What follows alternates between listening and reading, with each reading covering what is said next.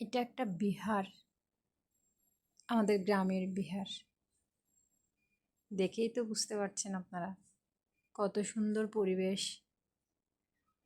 সব কিছু মনে হচ্ছে সাজিয়ে গুছিয়ে রাখা, একটা মনোরম দৃশ্যের মতো।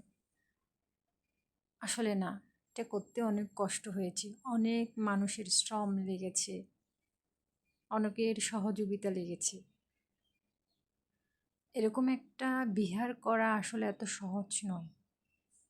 কিন্তু আমি গর্ববোধ করি আমি গ্রামের সন্তান হয়ে। এরকম একটা বিহার আছে আমাদের গ্রামে, গেলেই মনের প্রশান্তি চলে আসে, আসতে ইচ্ছে করে না ওখান থেকে। সুন্দর পরিবেশ।